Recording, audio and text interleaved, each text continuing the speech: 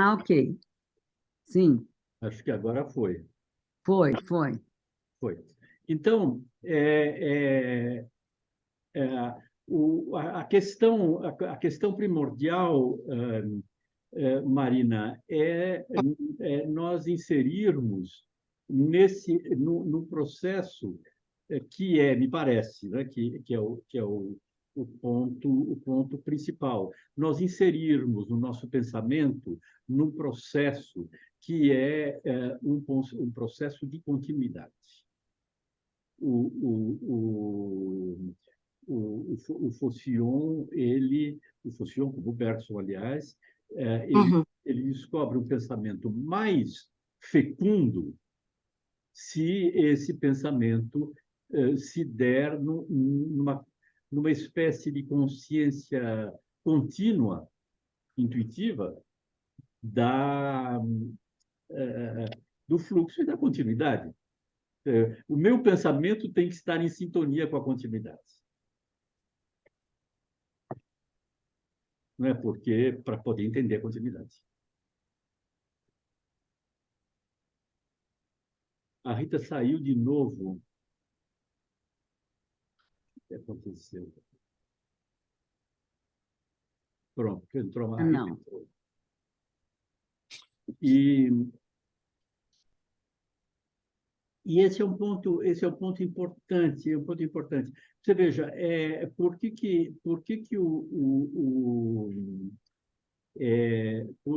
o Faucillon não é um formalista? Não sei se vocês lembram, né, da maneira de pensar do Wolfling no final do século Uhum. XIX, Sim, não é? sim, Wolfling sim, ele vê, olha, existe um sistema, né, sim, que pode caracterizar o barroco e o classicismo.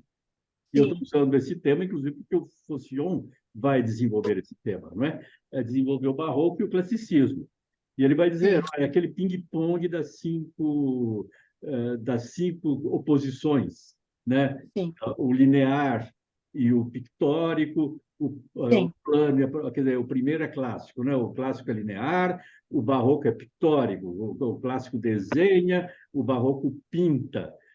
O clássico pensa por planos, o barroco pensa pela profundidade. O clássico tem uma forma que é uma forma fechada, porque ela é equilibrada, ela se dispõe, ela se basta a si mesma. O barroco tem essa forma aberta, que se abre para o mundo. O clássico é plural, porque nessa forma fechada ele organiza as diversas coisas que estão dentro de uma obra. O sim, barroco une tudo isso. E, enfim, do ponto de vista da luz, a luz do classicismo é homogênea, a luz do barroco é seletiva. São 5 oposições e 10 categorias. Ora, sim. esse tipo de pensamento, que é muito interessante, né, que é um pensamento que pode nos ajudar a compreender obras de arte, mesmo que não ajude muito a compreender o que é o clássico, o que é o barroco exatamente, mas ajuda a compreender a obra de arte. Esse Sim. pensamento do Wolff, esse jogo de um ping-pong formal, é o avesso do pensamento do Faucillon. O Faucillon Sim. pensa de uma, de uma maneira completamente diferente desse tipo de formalismo.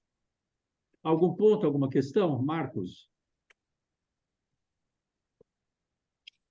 Ô, Jorge, se eu entendi bem, então, você disse que nesse fluxo que é Sim, mencionado pelo sim, Bergson, sim.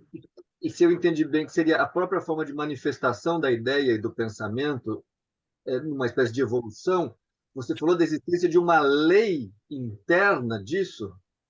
Não, não exatamente de uma lei interna, mas de um Ah, processo interno no qual nós vamos tentar entrar em sintonia com o fluxo das coisas ou com o fluxo das artes.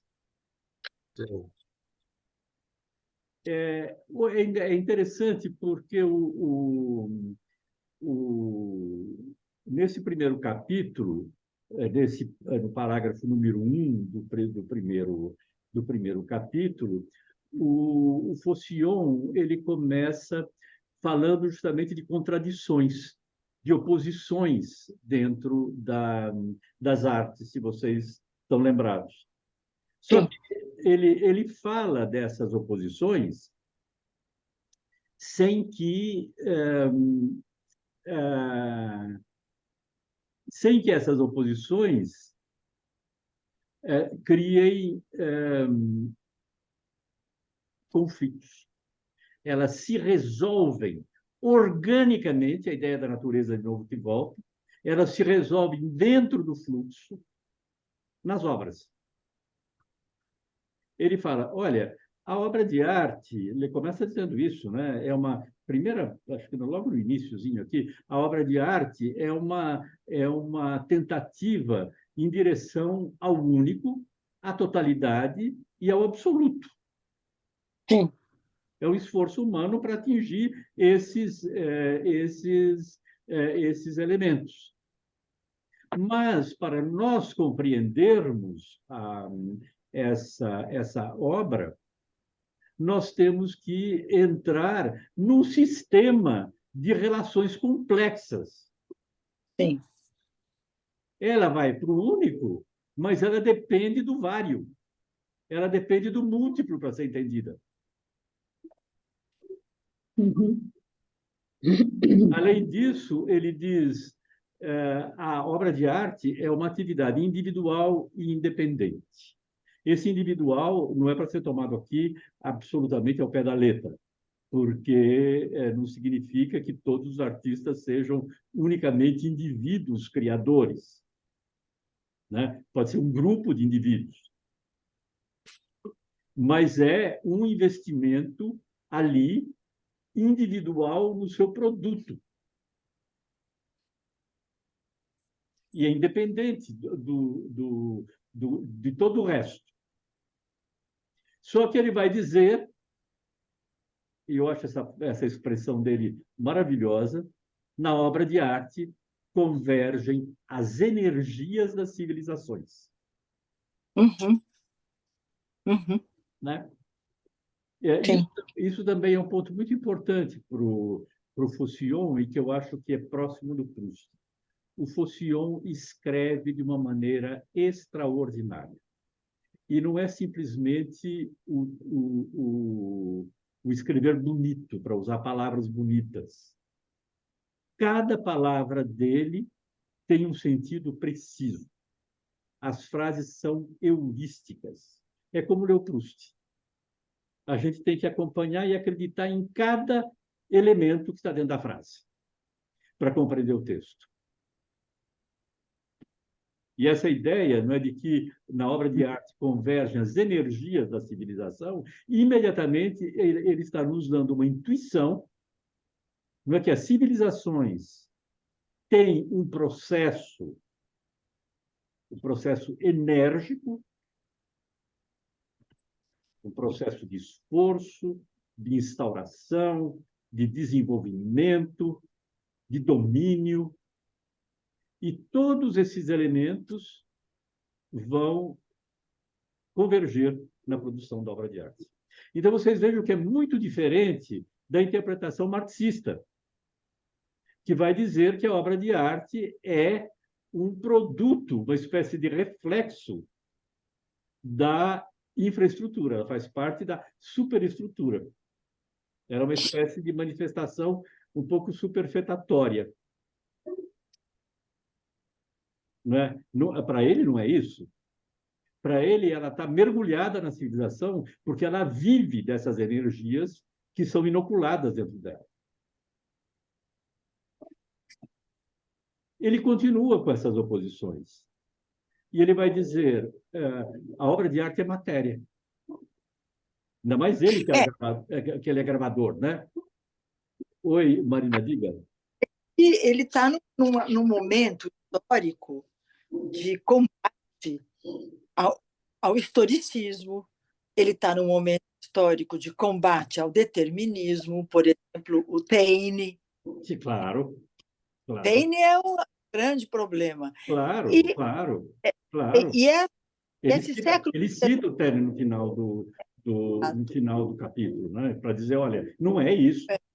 não é isso. Então, essa coisa do historicismo também, né? Claro, Agora, o XIX, que se volta para o período medieval, que já não é um período, né?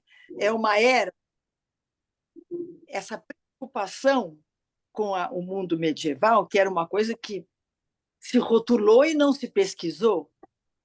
Então, esse momento é um momento bastante peculiar, que é esse fim de século XIX, e eles vão discutir o mundo medieval como uma forma de debater determinismos, historicismos, inclusive a psicanálise, né?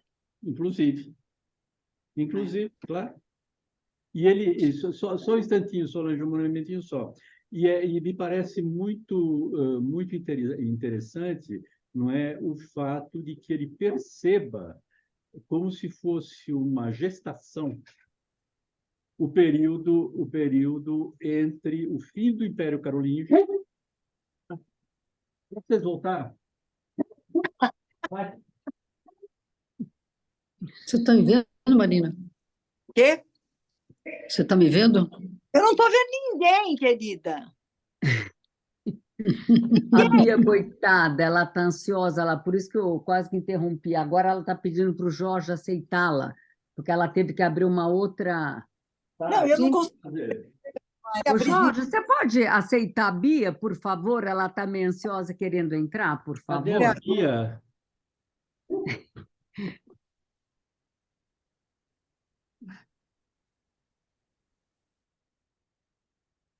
Entrou? Parece que sim, entrou um iPhone, deve ser ela. Essa é ela.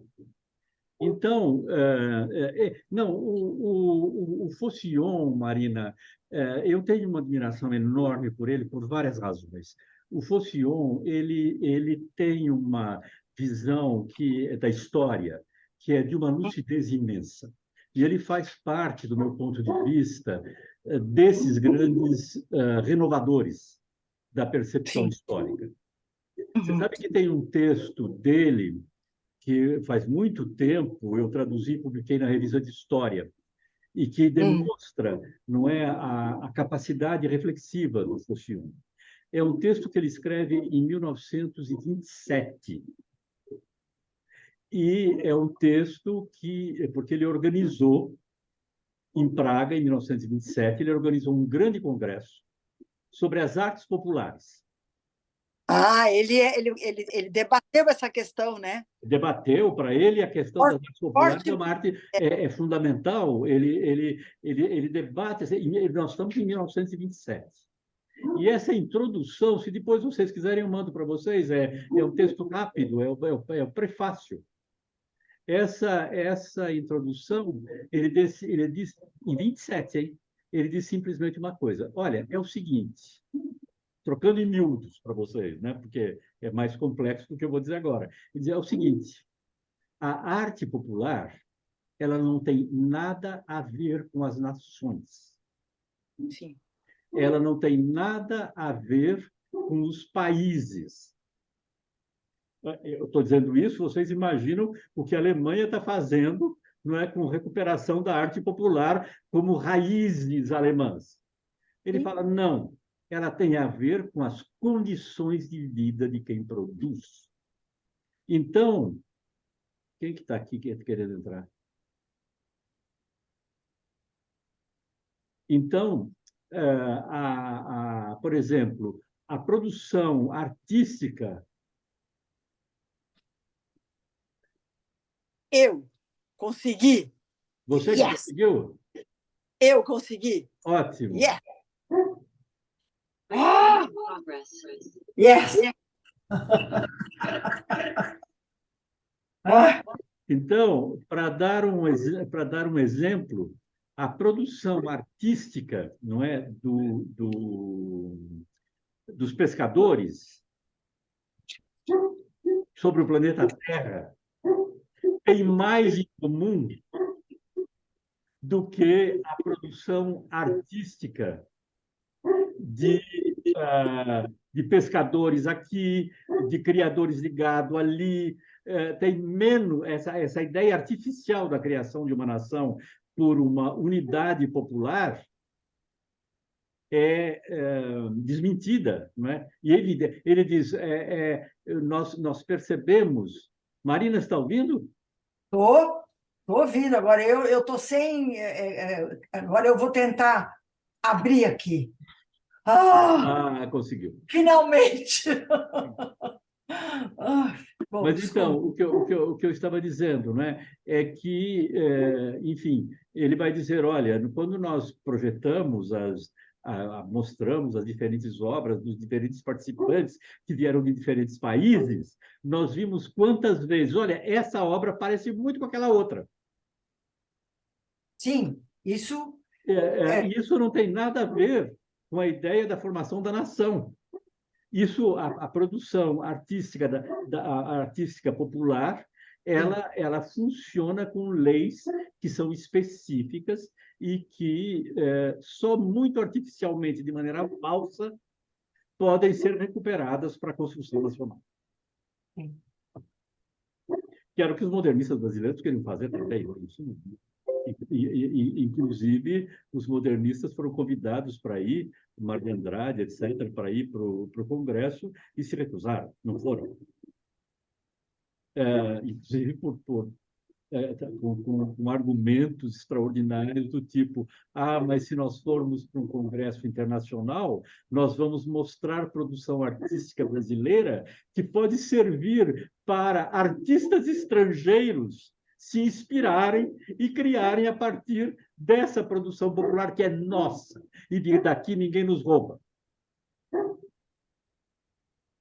É fascinante o negócio. Se vocês quiserem, depois eu mando para vocês alguns textos. Mas então, era isso que que a gente estava falando. E aí a gente estava entrando num outro ponto, Marina, que é um ponto essencial. Ele diz, olha, ela é matéria, né? A produção artística é matéria. Inclusive, ele, como gravador, sabe perfeitamente disso.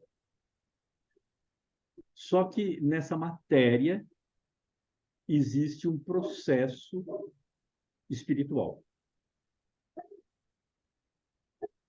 A matéria se espiritualiza. Solange, você me desculpe, você pediu para falar, eu cortei e você não falou. Diga. Abra o seu microfone. Abra o seu microfone. Agora. Não, desculpe, Jorge, era que a Por Bia minha estava culpa. ansiosa, querendo entrar e solicitando que você abrisse o microfone dela, era isso, desculpe. Entendi. Um outro ponto que ele traz, e é uma coisa bem interessante também, ele diz, olha, a arte é, antes de tudo, forma. A arte é a instalação da forma no mundo, como a vida, ele vai dizer, é a instalação da forma no mundo. Então, vocês estão vendo que essa ideia da forma, para o Faucillon, não é a ideia do aspecto externo das coisas. Ela tem a forma de um círculo, tem a forma... Não. Essa forma é a instauração do ser no mundo. É o modo como o ser se manifesta no mundo. E aí ele vai dizer, tem a forma de um lado e tem o conteúdo do outro. E nós podemos perfeitamente dividir as duas coisas.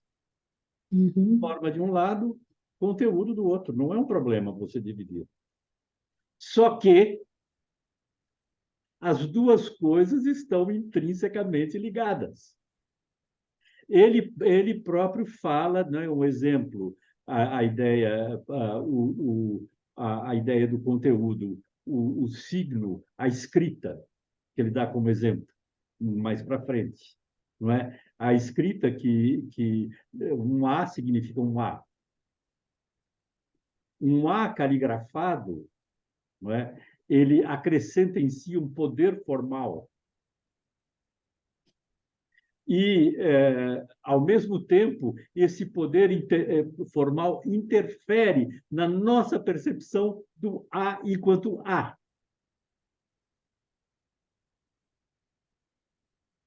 Isso é evidente, basta nós pegarmos um daqueles antigos incunábulos, que tem as iniciais ornadas, né?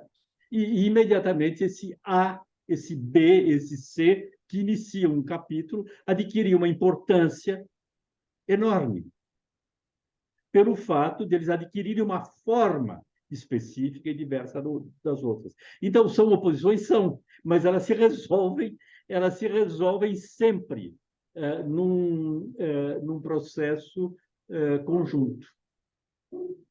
Uma outra coisa que é muito importante, eu acho, para perceber a obra de arte. Ele vai dizer também que a obra de arte pertence à eternidade. O que quer dizer isso? O que vocês acham que quer dizer isso?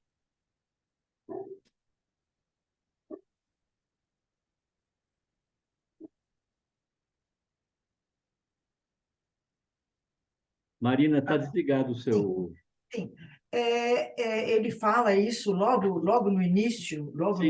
quando ele diz que a obra de arte ela acumula em torno de si uma vegetação, Sim. ou seja, ela é capaz de ser e de acolher outros imaginários. Então, ela é eterna na medida em que ela é capaz de suportar, ela é capaz de amparar, né? Outros imaginários, né? Sim, claro. Então, essa que é a eternidade dela. Mas a ideia da eternidade, ela vem do fato de que essa obra continua valendo através dos séculos. Para nós, no Ocidente, hein? Sim, Sei lá, sim. uma arte da Babilônia, ela continua sendo arte para nós. Portanto, Sim. ela é eterna. Sim, sim. Mas aí entra isso que você disse, nos comentários, etc. Ela está mergulhada na mobilidade do tempo. Sim. Então, ela é eterna, mas ela se dá no tempo. Ela está na mobilidade do tempo. Ela é de uma... quando eu olho, não é, para uma obra de arte da Mesopotâmia, está claro que eu não vejo com os mesmos olhos de um mesopotâmio, de um assírio, de um babilônico no tempo da Síria e da Babilônia. Sim. Ela é eterna, ela continua, mas ela mergulha na mobilidade do tempo. Eu tinha um professor de quem eu gostava muito, que era um grande leitor do Faucillon, que se chamava Chimot. E ele dizia, olha, a obra de arte, ela tem um núcleo que é constante, e ela tem em volta uma atmosfera que é variável. Mas a obra de arte não é só o núcleo, ela é o núcleo e a atmosfera. Como a Terra não é só a Terra, a bola sólida, ela é a Terra e ela é, quando nós falamos Terra, nós falamos também da sua atmosfera.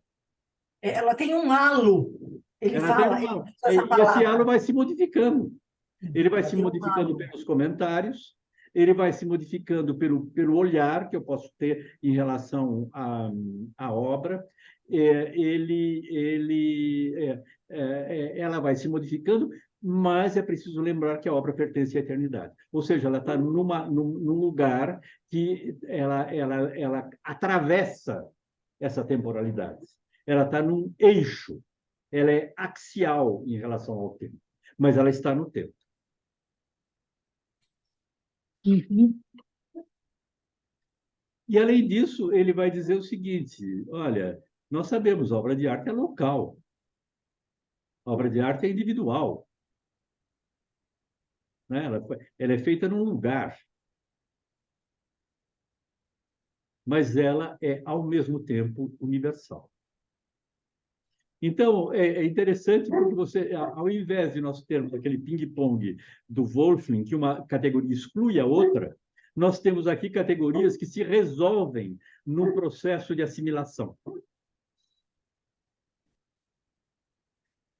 Diga, Marina. Ele diz que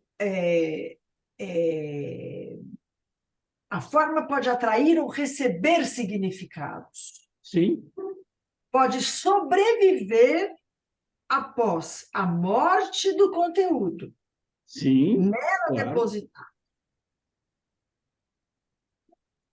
E aí, eu acho que está na página 28, para completar essa ideia. Você está com o livrinho Sim, em português, de em português?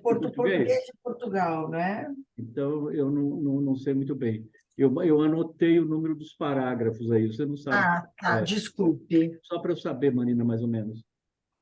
As formas não são o seu próprio esquema, a sua representação despojada. A Claro. vida exerce-se num espaço que não é o do quadro abstrato da geometria. Ela ganha corpo na matéria, através dos instrumentos, na mão dos homens. E você veja, Mas, aí, diga. mas a mesma forma conserva a sua medida. Muda a qualidade, mas a sua medida, ou seja, a sua extensão, É a não mesma. muda. É a mesma. Não, mas É isso, Marina, e a gente entende muito bem, parece que ele está precedendo, né, anunciando da mesma maneira que em 1927 ele já viu o que a catástrofe da instrumentalização das artes populares iria ocorrer nos anos de 1930, ele está vendo, dá a impressão que ele está vendo aí o que vai ocorrer nos anos de 1950, com o triunfo da abstração, em que a gente pega aqueles livros de análise formalista. Eu tenho certeza que vocês já viram em algum lugar esses livros de análise formalista, na qual as pessoas começam a colocar uma flecha, colocar um círculo, colocar um triângulo, e sugere, de fato, a composição que estão lá dentro, mas que são tomadas como o essencial da obra, quando não é isso.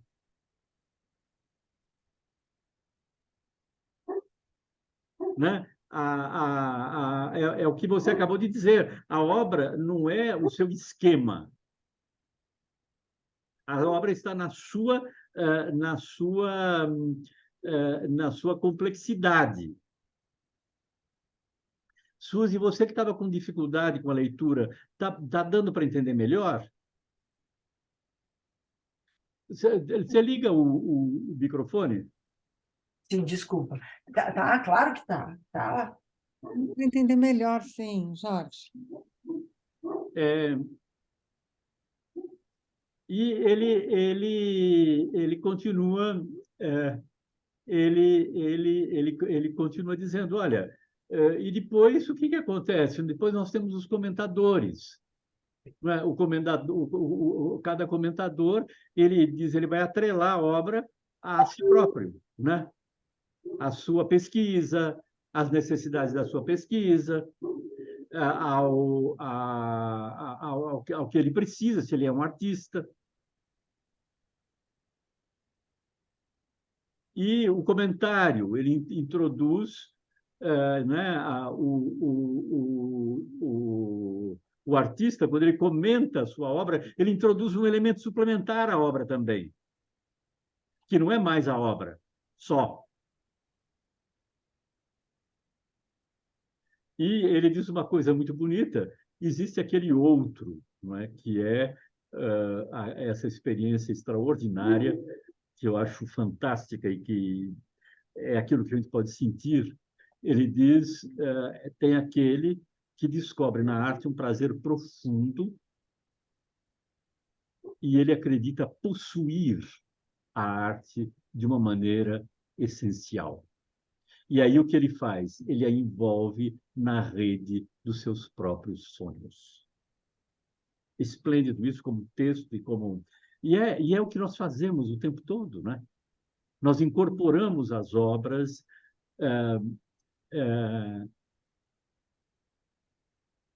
nessa rede dos nossos sonhos quando nós amamos as obras. Mas aí ele vai dizer o seguinte: a obra ela ela pode servir para ilustrar a história, ela pode servir para ilustrar o homem, o mundo, mas na verdade ela é criadora do homem, ela é criadora do mundo. E ela instala na história uma ordem que não se reduz a nenhuma outra coisa. E esse ponto a gente atinge aquela ideia do determinismo e do antideterminismo bergsoniano, né? Quer dizer, a obra não adianta você vir com teorias, com cientificismo. A obra não se reduz a nenhuma outra coisa. Não é? Ela é única. Diga, Marina. Você tem que ligar. Sobre isso, ele vai dizer que nós somos sempre tentados a procurar um outro sentido que não é o dela, né? Nessa relação, nessa atmosfera, eu tô preocupado com o Marcos, eu estou achando ele muito quieto, Marcos. Ah, porque ele já entendeu tudo. Ele já entendeu tudo, né? Ele já entendeu tudo. Então, essa questão de procurar um outro sentido, e aí isso que me pegou um pouco de uma maneira um pouco complicada. Ele diz o seguinte, que eu pensei, né, assim, atribuir valor de símbolo, de significado, Sim, porque aí você tem forma, você tem imagem, você tem estilo, sim, né? Então você tem que pensar nas diferenças entre forma e estilo, sim, forma e imagem, né? sim, Forma e conteúdo, forma que ele chama de forma e fundo. Ele sim. nem fala em conteúdo, Ele faz forma e fundo, exatamente. né? É o Então, fundo onde a forma se instala, o lugar onde a forma se instala, onde a forma exatamente, instala o seu espaço, como ele diz. exatamente.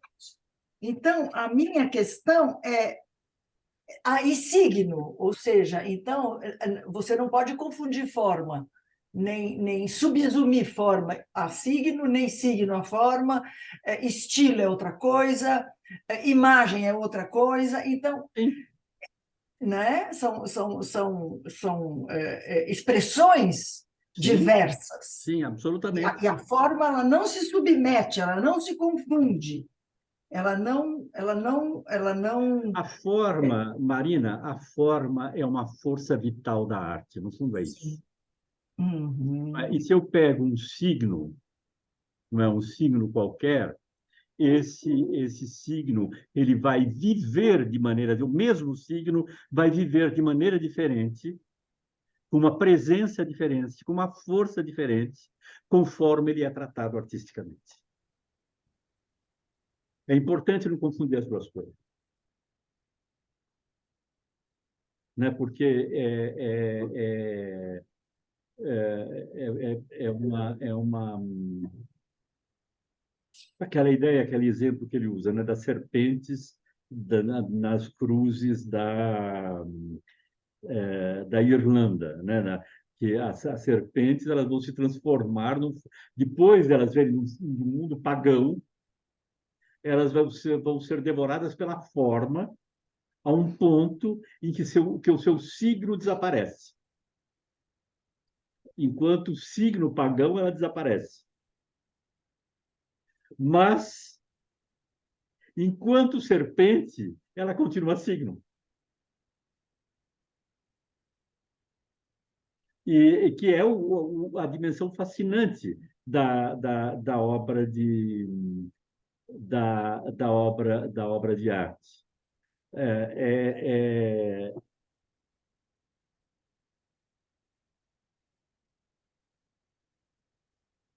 Então, voltando um pouco à questão das interpretações, essa espécie de vegetação luxuriante das interpretações que podem ocultar um pouco, às vezes, a obra, ele diz de uma maneira, ele nunca é completamente nesses pontos teóricos, ele nunca é completamente, absolutamente negativo em certas coisas. Aí, essa vegetação luxuriante, às vezes, oculta uma obra. Mas ele diz, e no entanto, eu vou ler para vocês aqui, e no entanto, o seu caráter é de acolher todos os possíveis. A obra acolhe todos os possíveis. Talvez porque todos eles estejam nela mesclados.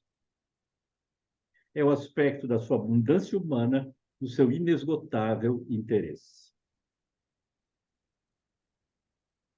Tanto é isso que as sucessivas interpretações das obras, elas não se anulam.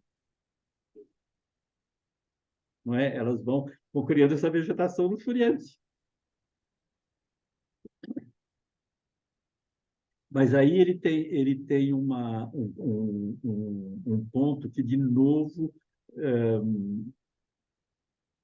a ideia da dignidade da arte para ele, não é? E da autonomia da forma artística para ele é essencial. Quando ele diz que, bom, tudo bem, nós podemos ver na obra todos os possíveis, mas o que nós não podemos é pôr a obra a serviço de alguma coisa. Porque se nós pusermos a obra a serviço de alguma coisa, é claro que nós podemos fazer isso, mas se nós fizermos, nós vamos retirar a dignidade e o milagre, que é esse milagre da captação daquilo que a obra está nos oferecendo.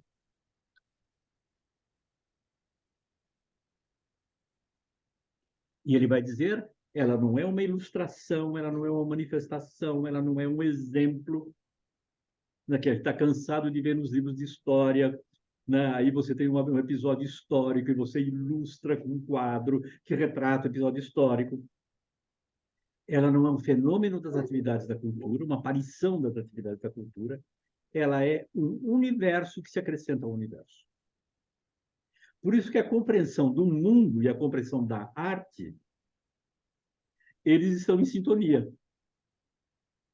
Porque o mundo é esse universo complexo que nós conhecemos e que nós estamos tentando compreender o tempo todo. A obra é a instalação de um outro universo, que nós também estamos tendendo a compreender. Os dois se articulam, os dois se põem em sintonia. Mas eles são dois universos autônomos.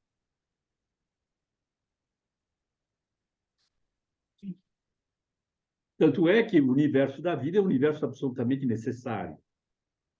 A obra de arte, não. Ela não é forçosamente necessária. Mas ela é um universo que se acrescenta ao universo.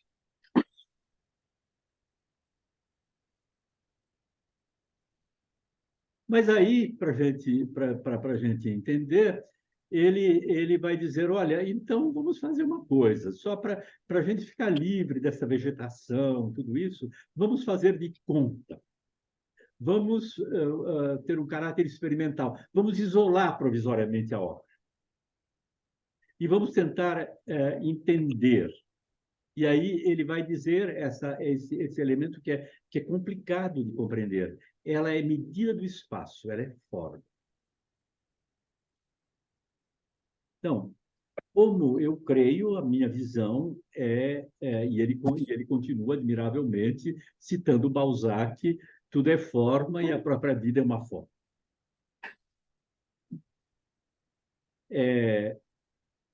O que significa isso? Significa voltar ao Bergson. Voltar à ideia de que tudo se define ao tomar forma. E que a vida é essencialmente criação de forma. Nada na vida se dá sem forma.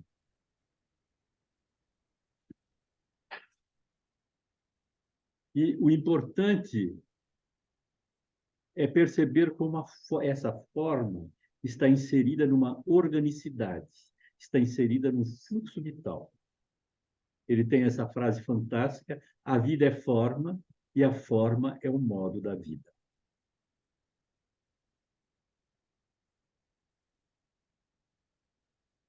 E ele vai dizer, olha, na vida, na natureza, As formas não são aleatórias, elas não são arbitrárias, elas são necessárias. O mesmo ocorre com as artes. As relações formais de uma obra e entre as obras constituem uma ordem e uma metáfora do universo. Mas é uma metáfora que tem valor substancial. Não é apenas uma transparência.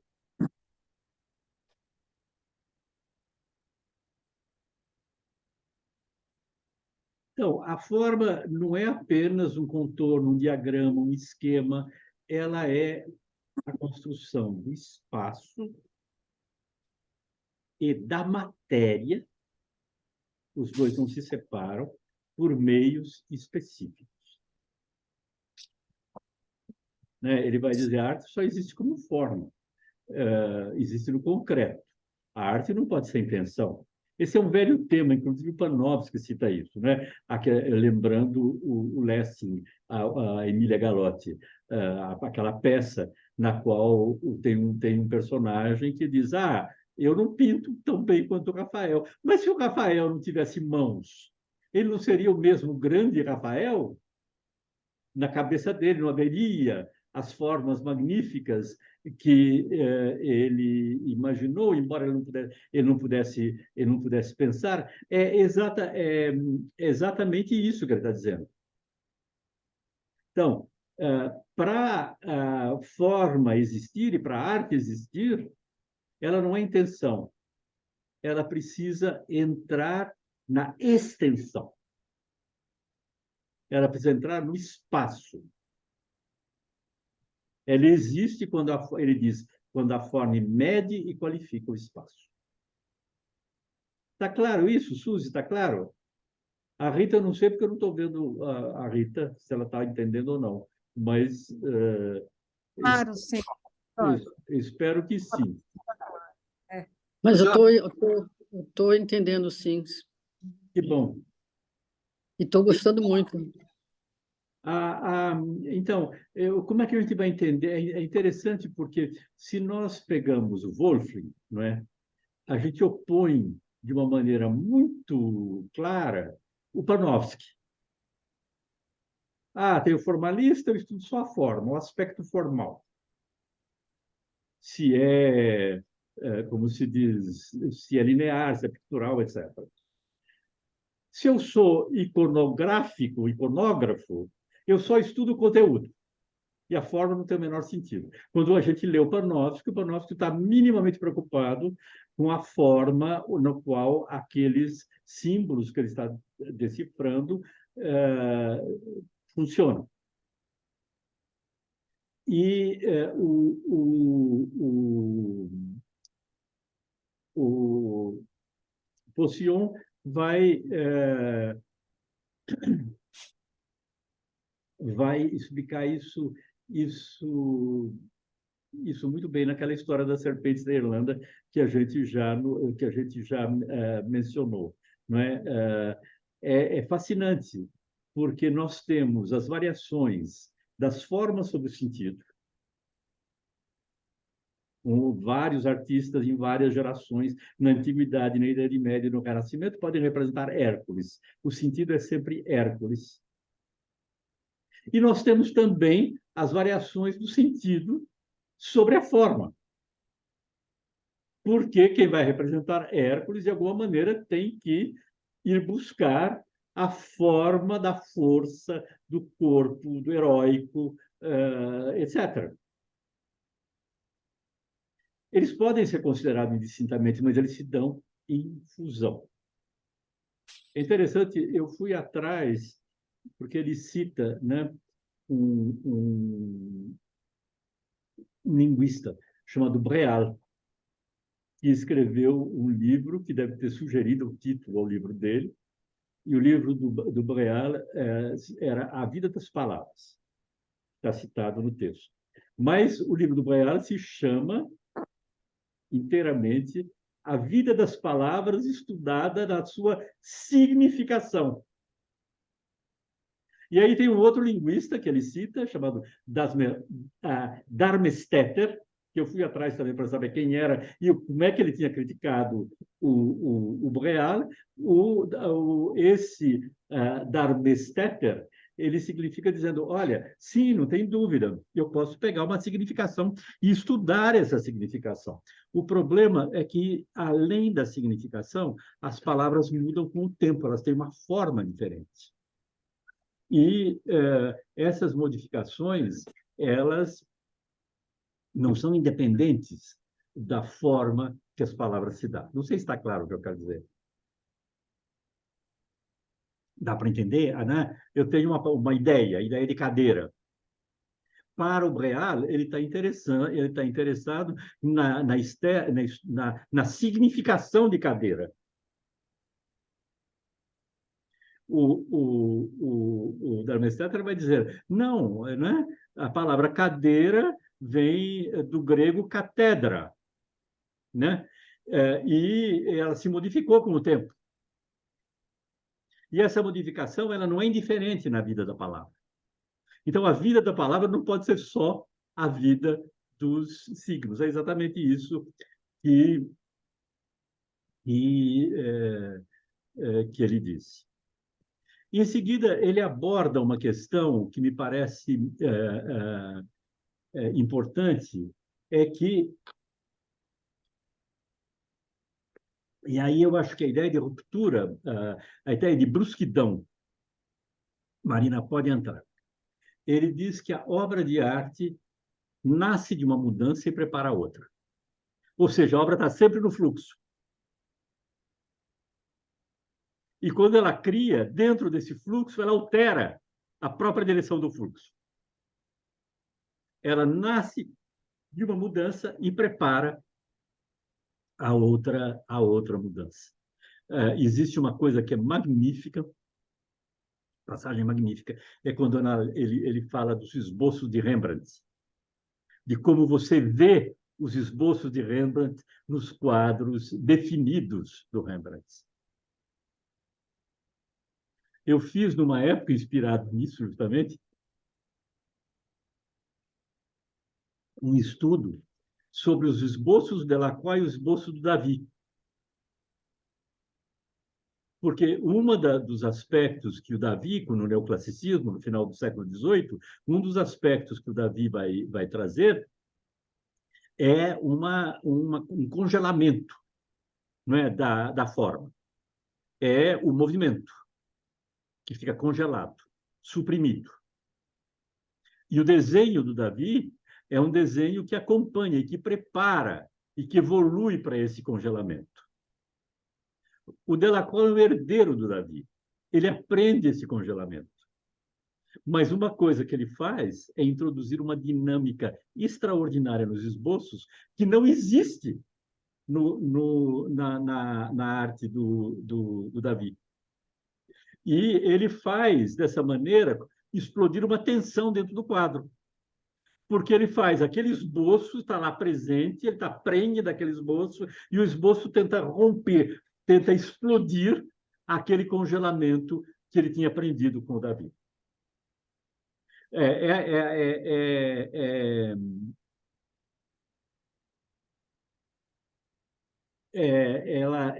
Isso é absolutamente fantástico. E quando em seguida, ele vai falar também uma coisa, né? Olha, falando do Davi, a gente pode lembrar disso, né? A forma na arte, ela pode se transformar numa regra, ela pode se transformar num cânone, né? Mas isso é ilusório, porque ela nunca cessa de ser, como ele diz, vida movente num mundo mutável.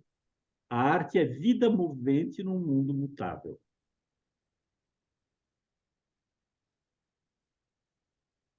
E aí entra aquela ideia do estilo que você estava falando, Marina. Mas quando ele fala isso, ele tá insistindo na questão do estilo, né? Ele fala nisso para introduzir a questão do estilo. É o estilo que imobiliza, é o estilo que... Não, é a forma tomada como cânone A forma tomada como cânone é o estilo. Não, não. Então, eu entendi errado. É o seguinte, ele vai dizer o seguinte, né? É, é, é sempre vida movente. Sim, Ele diz o seguinte: olha, a arte gótica não é uma coleção de monumentos. sim, Claro que não é. Por que que ela não é uma coleção de monumentos? Porque quando eu vejo uma igreja, vejo outra igreja, vejo outra igreja, eu começo a ver que existe um fluxo, uma sim, relação, uma continuidade entre elas. sim. Essa continuidade é o estilo. O estilo, para ele, é algo que se forma progressivamente. Sim, Ele tem elementos constantes e variáveis. sim, Os elementos constantes são aqueles que conduzem o estilo no tempo. Os elementos variáveis são aqueles que dão a dinâmica da modificação do estilo. sim. Está claro isso ou está confuso? É uma coisa importante isso. Sim, Quando ele fala de estilo, ele não está falando no estilo pessoal, no estilo não, do artista, no não, estilo.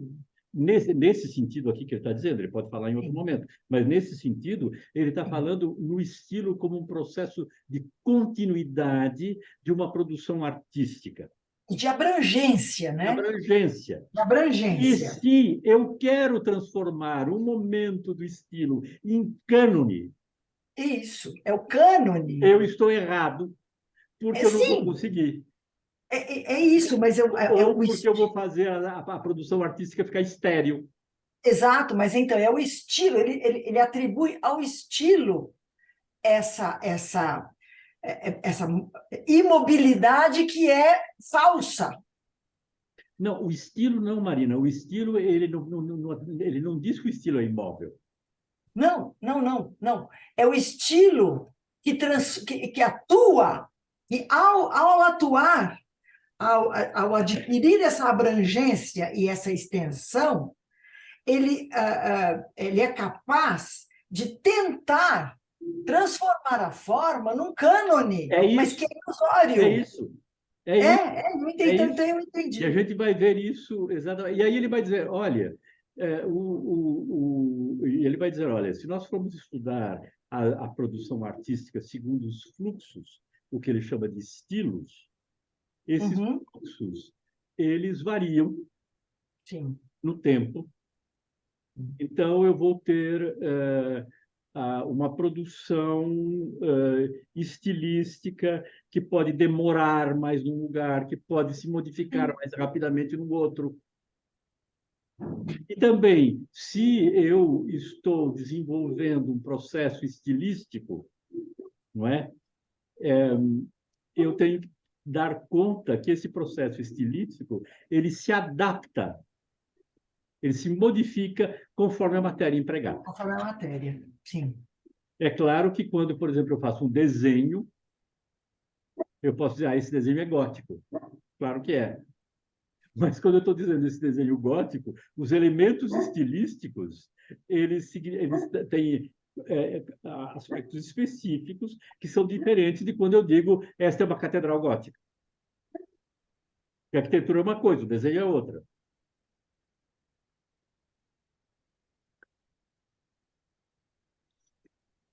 Ô, Jorge, Oi. quando ele fala em estilo, achei que uma coisa muito importante era a palavra encadeamento. Sim. Não sei se é encadeamento de experiências bem-sucedidas que levam a um estilo. Não sei se é exatamente se eu entendi. É mais ou menos isso, sim, Suzy. Eu tenho um processo que começa, eu posso ir buscar razões, etc., mas o importante é saber que ele começa em algum lugar. E esse processo ele vai se encadeando com outras produções. Que vão na Ele se mesma desenvolve direção. no tempo. Esse encadeamento vai se desenvolvendo no tempo e vai se modificando. Desculpe, diga. Não, eu só perguntei se eles evoluem no tempo, mas numa determinada direção. Como? Numa determinada direção? Eles evoluem no tempo, segundo Focion, sim, numa determinada direção que a gente vai ver qual é.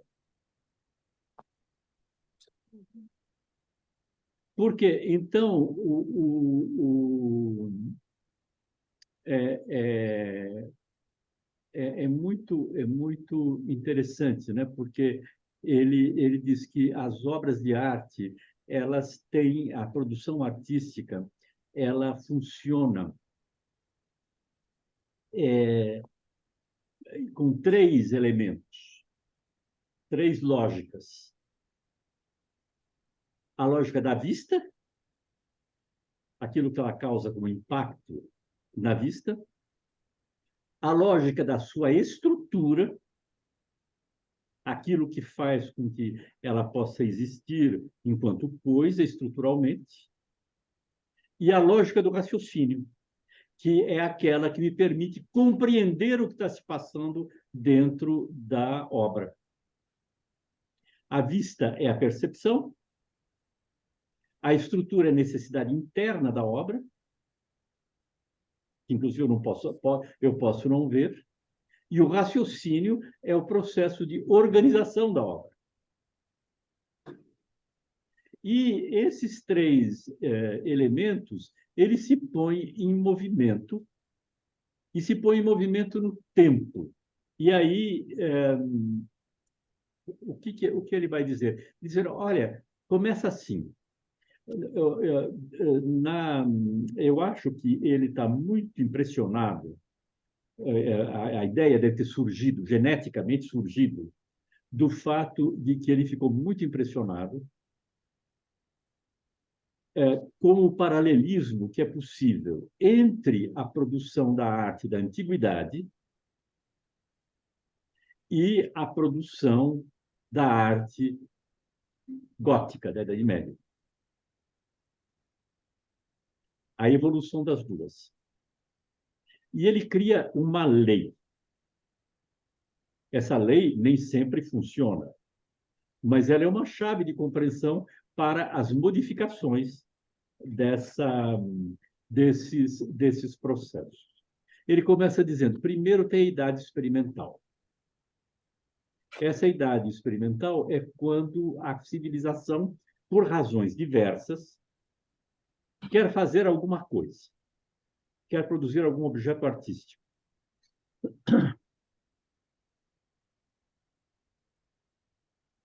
E ela começa a fazer alguma coisa, a fazer esse objeto artístico. Essa maneira de fazer é uma maneira que age por processos de simplificação. Né? São formas que são mais simples, são formas experimentais, que eu estou tentando ver como funciona. É o que ele chama do momento do arcaísmo. E a gente tem, na época, na cultura grega, a gente tem o período arcaico, que é classificado pelos... Isso não quer dizer que no período arcaico você não possa ter obras-primas, obras admiráveis com aqueles meios. Só que em relação ao fluxo temporal, aquilo que nós vamos ver que aconteceu depois, nós vamos ver que aquele início ele se metamorfoseia, ele se torna absolutamente perfeito. E é o momento em que a lógica da vista, a lógica da estrutura e a lógica do raciocínio estão perfeitamente convergentes. E esse é o ponto que ele chama de ponto clássico. Esse ponto clássico, Marina, ele corre o risco de se transformar em cânone. Né? A ideia da eternidade. E ele diz, olha, o verdadeiro grande classicismo é aquele que guarda a lembrança da audácia das experiências nessa nova estabilidade que ele adquiriu. E adquire aí uma universalidade.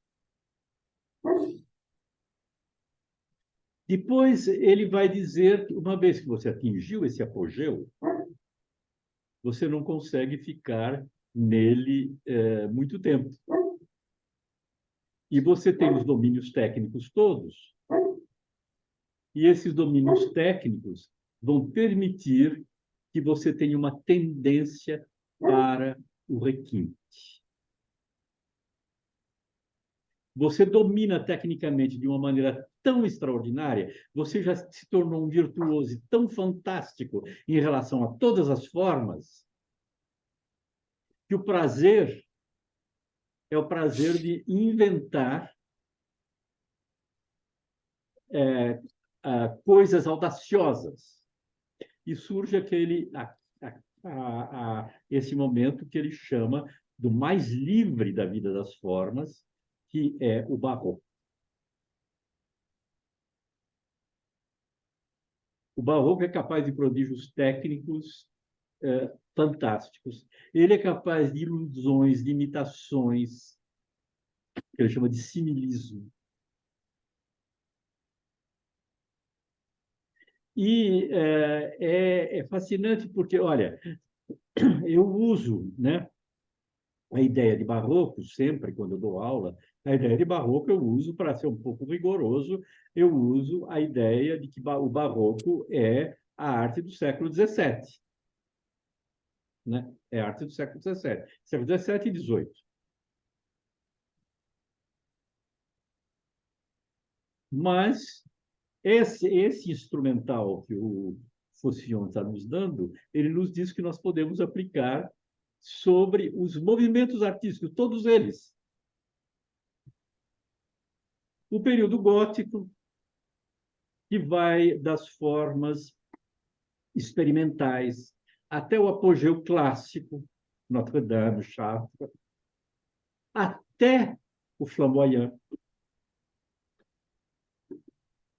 E nós poderíamos dizer, se a gente quisesse brincar um pouco, que existiria nesse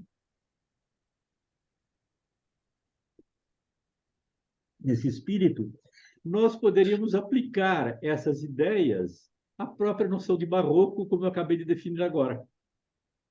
Então, nós teríamos um barroco no estado experimental, um pouco arcaico, Caravaggio, os primeiros anos do século XVII. Depois, um momento de apogeu, o classicismo do Bernini, do Cortona, 1630 até, vamos dizer, 1670, mais ou menos. Depois começa Padre Pozzo, aquelas habilidades extraordinárias e aqueles efeitos completamente requintados, minúsculos, etc. E nós temos no Rococó e esse barroco do barroco. É um instrumento. Para ele, isso é importante, essa ideia é importante, porque ela mostra os fluxos, os processos de continuidade. Diga, Marcos.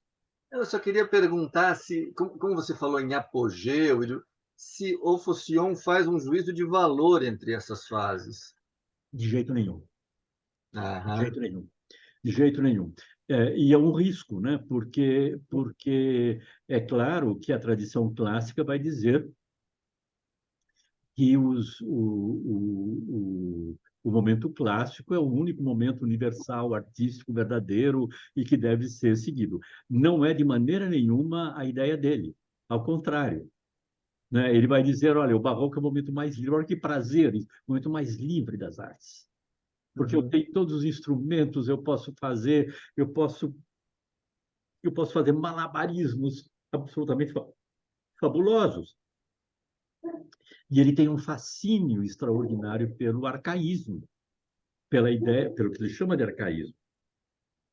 Mas você tem toda a razão em chamar a atenção, Marcos, porque, de fato, essas palavras elas estão conotadas com um peso que é um peso preconceituoso ou um peso valorizador. Da mesma maneira que a forma para o Faucillon não descamba num formalismo, esses estados, para ele, indicam apenas etapas. E aí a relação com a dimensão natural é muito forte, como para o Bergson. Então, você dizer, olha, o que é uma criança? A criança está no estado experimental. Isso não quer dizer que a criança seja mais bonita, ou melhor, ou mais do que o homem feito de 20 a 30 anos, o homem e a mulher de 20 a 30 anos. Depois você tem uma espécie de domínio completo daquilo que você aprendeu na vida, etc. E depois vem a decadência e a morte. Ocorrem esses ciclos que ele está propondo, que ele propõe aqui. São maneiras de compreender, não é, a arte que eu acho muito, muito fecundas. Uhum. Que a gente tem e que a gente percebe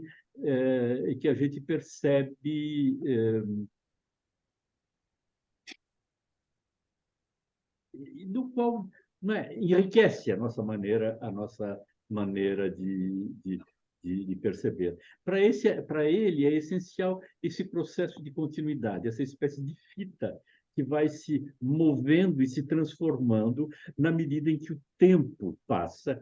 E é interessante uma coisa também, Marcos, é que ele expõe essas ideias no livro a, a vida das formas, né? Mas ele nunca usa esses instrumentos quando ele faz uma análise concreta. Nunca, nunca, nunca, nunca, nunca. É uma maneira de dizer, olha, eu penso assim. A minha maneira de perceber a obra de arte é esta. Uhum. Mas os instrumentos analíticos que ele usa nunca são assim. Ele nunca vai usar vai fazer uma história. Ele escreveu sobre a arte búdica, por exemplo, um livro muito bonito. Ele nunca vai fazer uma história, vou aplicar aqui, tá vendo? Esse é o estado experimental. Não é isso. Entendi. É preciso ter cuidado, de fato é preciso ter cuidado. Você tem toda a razão de alertar, né? Porque a gente pode dizer, não, seria... Para ele, não. Inclusive, a própria ideia de transformar o classicismo num cânone, ele diz, olha, isso é ilusório, isso é coisa de escola, isso é coisa de receita, isso não tem mais nada a ver com o processo vivo da criação artística. Uhum.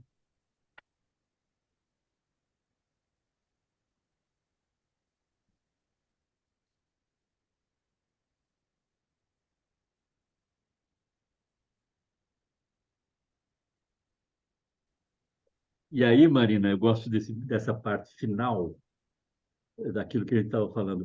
Ele diz, mas é o penúltimo parágrafo, é fácil de achar. Eu estou aqui em francês, estou traduzindo porcamente.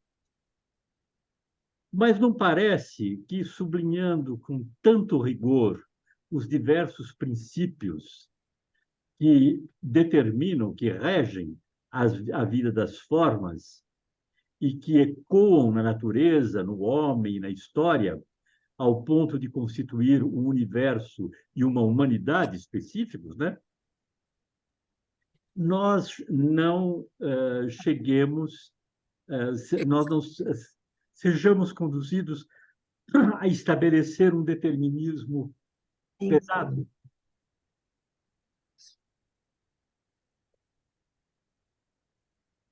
Ele diz, não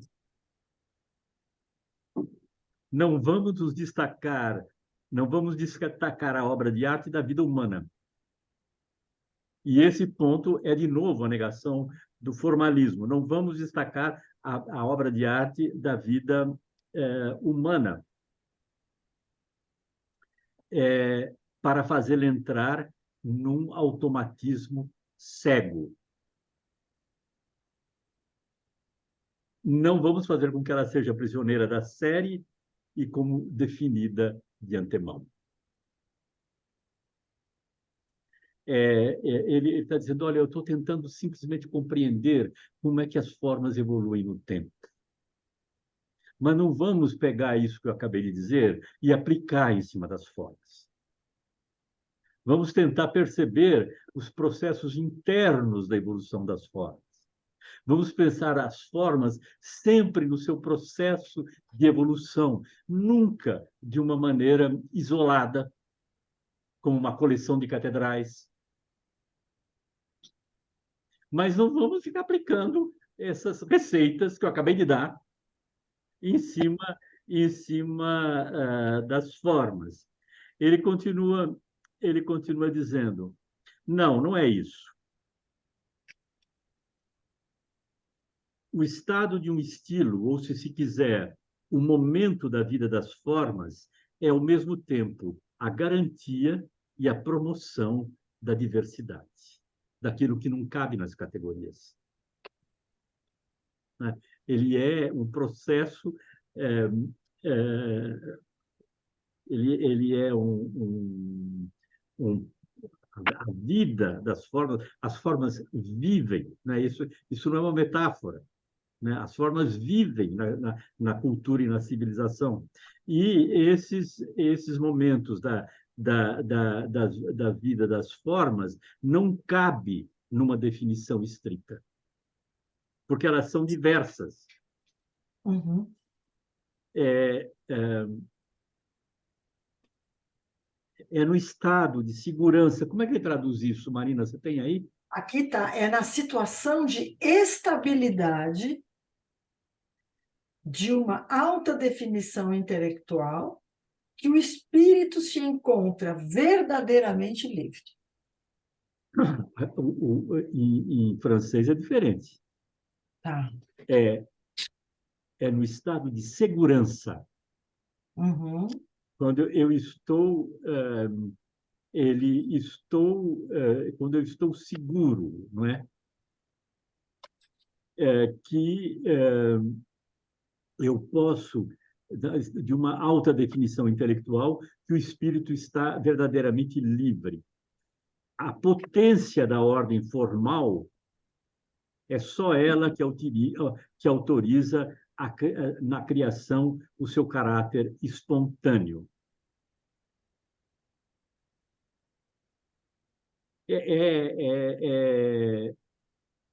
Essa potência da ordem formal é o motor principal. E as obras são a produção dessa potência. Mais ainda, as formas não são o seu próprio esquema, aquilo que eu tinha dito, a sua representação despojada. É interessante isso, porque eu não sei se vocês já viram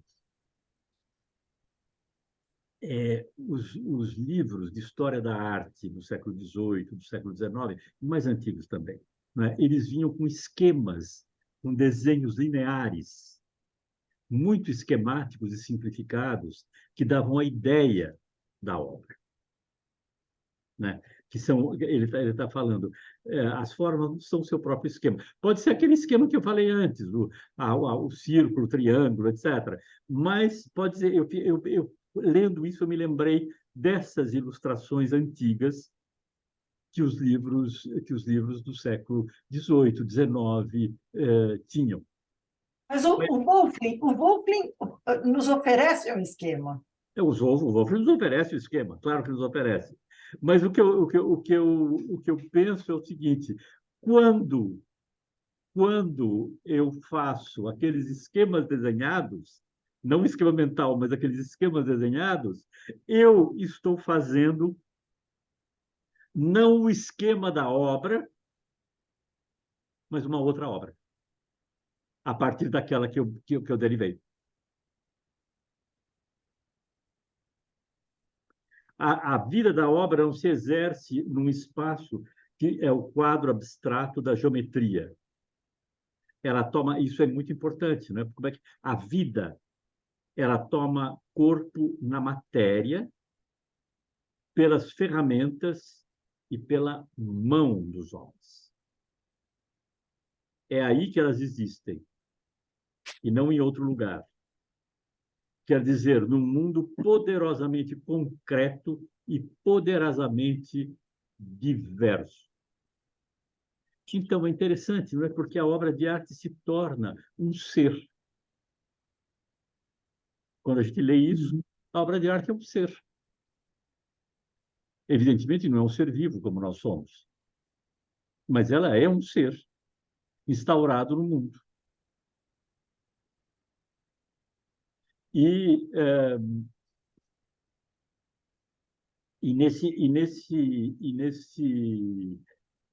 essa maneira concreta de ser, ela traz o seu pensamento para o mundo. Por isso que a ideia de intuição é fundamental, porque o artista criador, a dimensão da intuição é imensa quando ele cria. Essa dimensão imensa da intuição, ele próprio artista não dá conta com a sua consciência. Ele pode dizer, olha, eu vou construir aí uma catedral, eu vou fazer um projeto e tal. Mas o processo de construção é concreto, a matéria vai intervir, e essa matéria exige do criador alguma coisa que ultrapassa os procedimentos conceptuais. Isso está claro? Isso é verdade para todas as obras. Não apenas ultrapassa os procedimentos conceptuais, como elas não se reduzem a eles.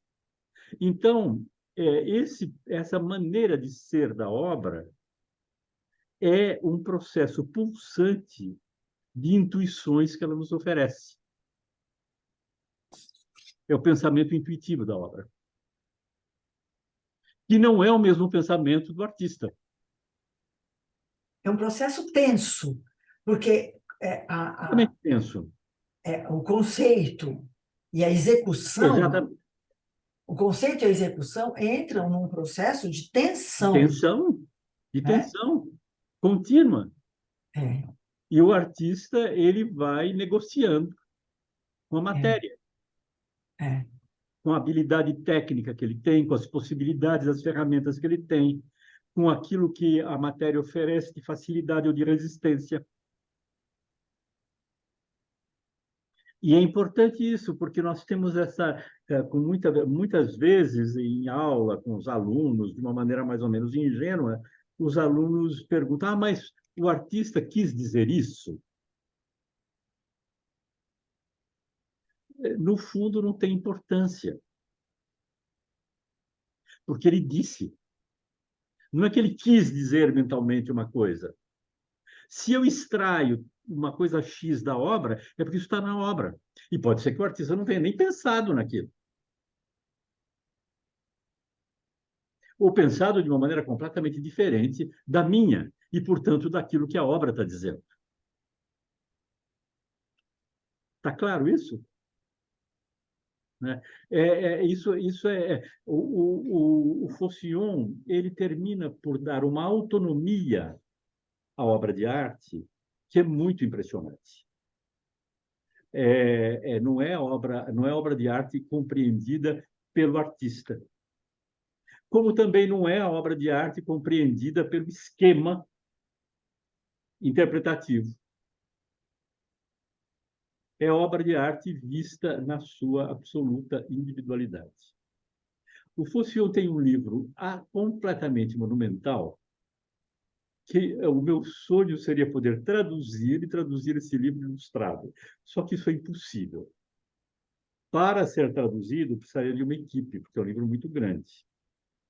E esse livro se chama A Pintura no século XIX e XX. São 2 volumes, de letrinha minúscula. E é a história da arte, da pintura, no século XIX e XX, vinculada essencialmente às obras. Ele faz uma história das obras. Ele faz os artistas. Ele, olha, tem o artista tal, mas esse artista tal não importa. O que importa são as obras que aparecem ali. E como é que ela reage no contexto. E é fascinante porque ele vai buscar artistas absolutamente secundários. Para ele, esse fluxo é essencial. É um livro, para quem gosta da arte do século XIX, é um livro fundamental para ter. Porque as obras vão se articulando entre si e vão fazendo um caminho. E vão tomando características, segundo o meio que a produz, segundo a cultura que a produz. Então, a ideia do Phocion é esse princípio, que é um princípio, como se diz, que o último elemento irredutível na compreensão da arte são as obras.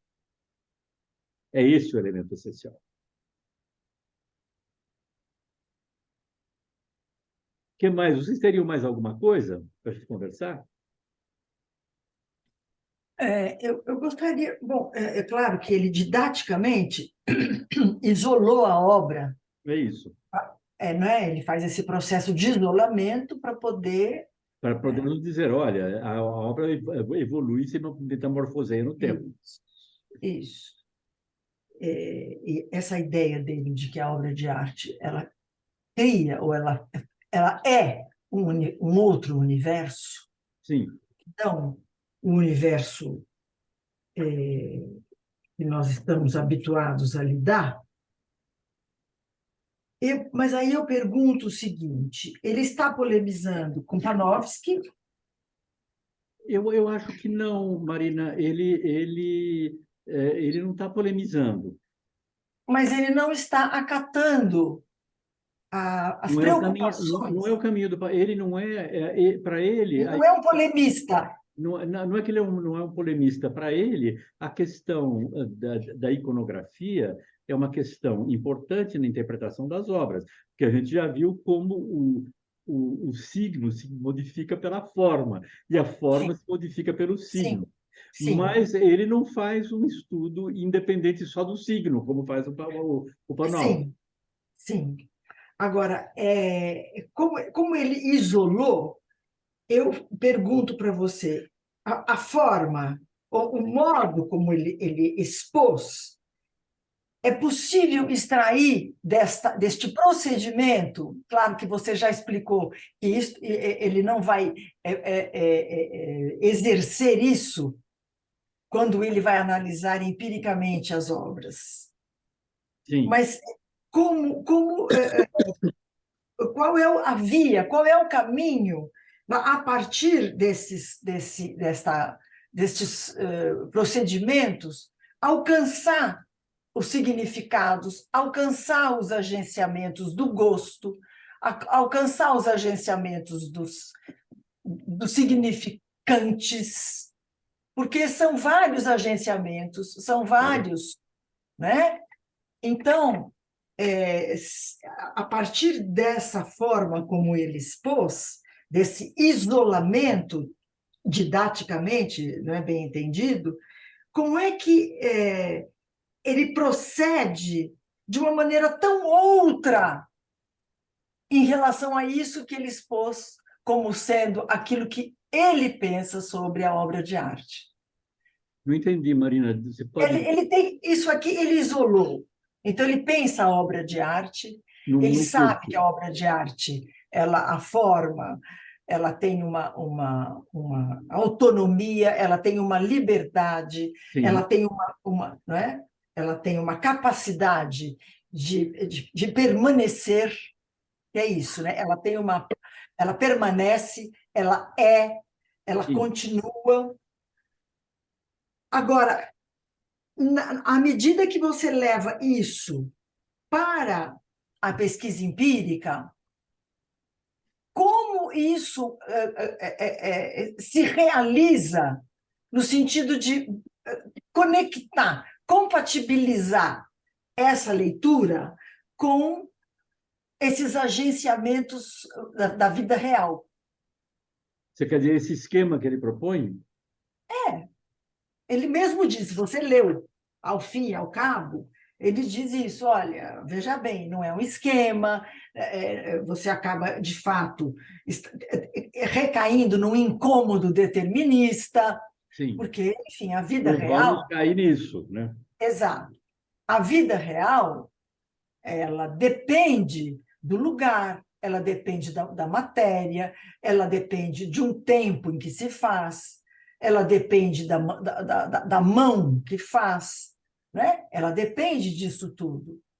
Então, como compatibilizar isso, que é o dado, com esse pensado como obra cuja forma permanece, é perceptiva, é intuitiva.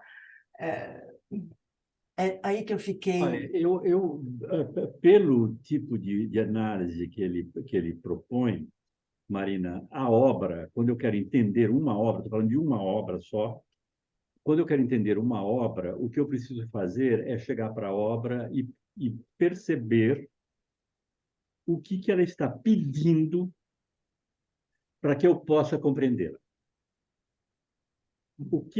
Quais são os elementos que eu tenho necessidade de buscar na história e na cultura e em outras obras para compreender essa obra específica. Porque ela tem uma lógica interna. Ela tem uma lógica interna. Ela tem uma Ela tem lógica uma interna. lógica interna. Agora, Assim, ela também está inserida num fluxo. E é sim. interessante, por exemplo, quando ele faz análise das igrejas românicas, e que ele pode dizer, olha, é o seguinte, existe se eu digo a arte românica na Borgonha desaparece no século XII para dar lugar ao gótico, isso não funciona se eu for falar da Provença, porque na Provença, É outra no século coisa. XII, a arte românica está em plena pujança. Isso não quer dizer que uma seja atrasada em relação à outra. Claro, Isso claro, quer claro. dizer simplesmente que o Claro. fluxo histórico, esse fluxo que ele está falando, se desenvolveu de maneira diferente numa região geográfica diferente, Sim, com outros elementos de cultura. sim, sim. E, Até porque uma determinada passagem, ele diz a respeito dos tímpanos e da monotonia do Cristo em sim, glória, ele vai dizer, mostra-se uma regressão. Ele usa essa palavra, quer dizer, não sei se francês vale, mas de qualquer maneira é assim, é uma regressão em relação ao que estava se fazendo, ou seja, exato. tem uma vida real, né, aonde a aplicabilidade dessa ideia de forma que ele isola depende de outras condições e não dela própria, Sim, claro. né? Claro, Então, claro. É claro, porque é como se nós criássemos. É fascinante, porque existe não é? Às vezes a gente diz, olha, essa ideia está no ar. sim, ele usa essa expressão. É, A ideia está no ar. está no ar. Ele usa. É como se fosse um vírus. Sim, E uma coisa contamina a outra. E um sim, artista vê uma obra de um outro. sim, E as coisas se passam de um lugar sim, para o outro. Mas sim. isso não quer dizer que essas passagens não tenham grandes unidades, que elas funcionem numa espécie de entropia. Não. Elas funcionam, elas têm essa dinâmica que dá o sentido genérico à evolução das obras. Então, porque Quando ele... ele, desculpe, quando ele vai dizer, por exemplo, olha, depois que depois da queda do Império do Carlos Magno, nesse período de interregno, onde se instaura o feudalismo, a Alemanha não conseguiu avançar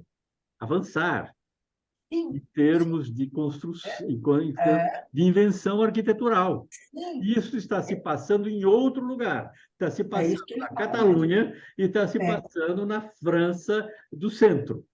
sim, ele fala isso, que a Alemanha Enquanto os modelos começam a se repetir lá, né? Ele fala isso no Milton com uma clareza muito grande. sim, sim,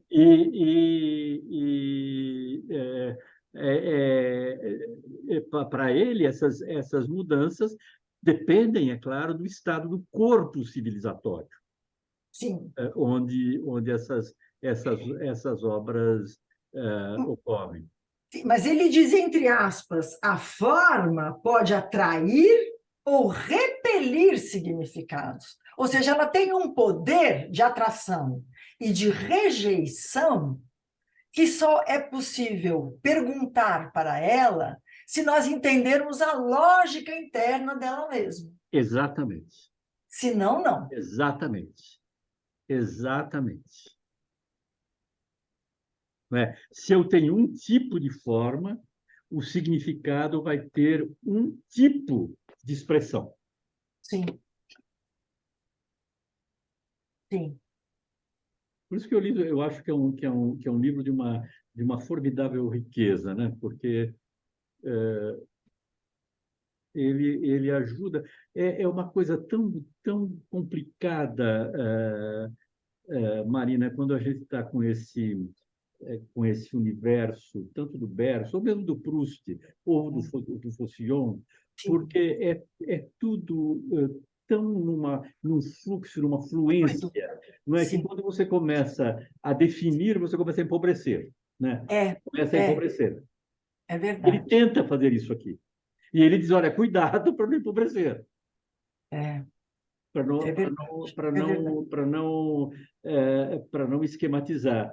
E é É um verdade. tipo de pensamento difícil de passar, porque É. os pensamentos fáceis de passar são os pensamentos que são muito definidos.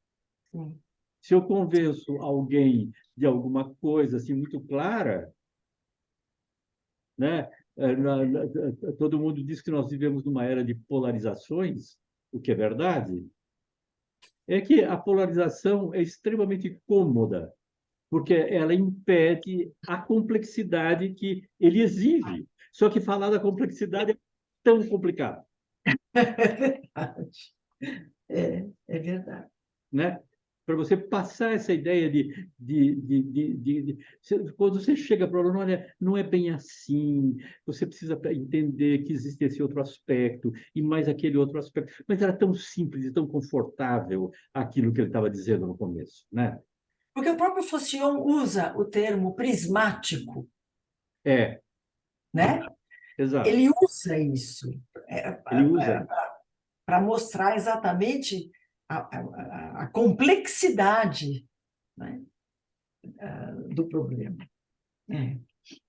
E quando a gente for ler o livro do Faucillon, tudo isso, é importante se dar conta do caráter da escrita dele, porque ele passa muita coisa pela intuição.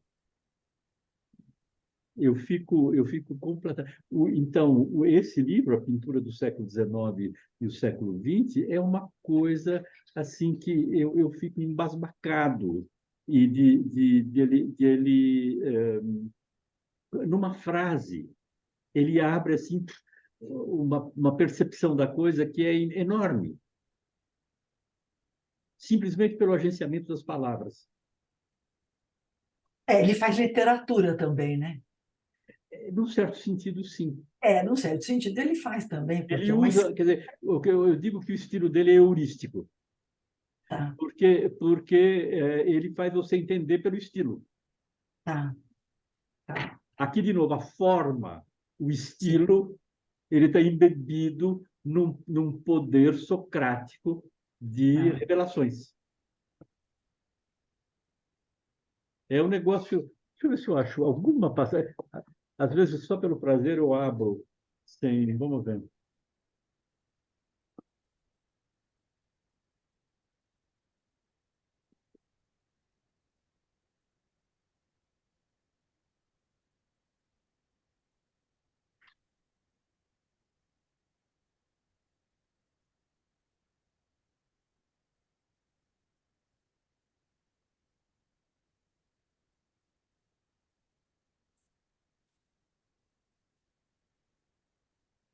Olha, ele está falando do Constable. Ele está falando do Constable, grande pintor paisagista inglês. E ele diz: da mesma maneira que o vermelho é a nota triunfal da vida orgânica e que faz circular um belo sangue sob uma carnação brilhante, a riqueza e a variedade dos verdes do Constable atestam o ardor e os recursos da vida vegetal. Da mesma maneira que você vê num rosto vermelho de um jovem, de uma jovem, o corado, transmite a ideia de vida, não é? Você tem, nesses verdes do Constable, o ardor dos recursos da vida vegetal. Pronto, isso já dá uma intuição da obra do Constable que é inesquecível.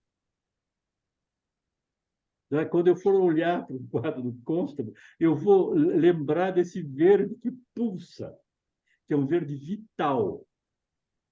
E essa metáfora não é só é uma metáfora poética, ele é de fato como o sangue dentro do organismo.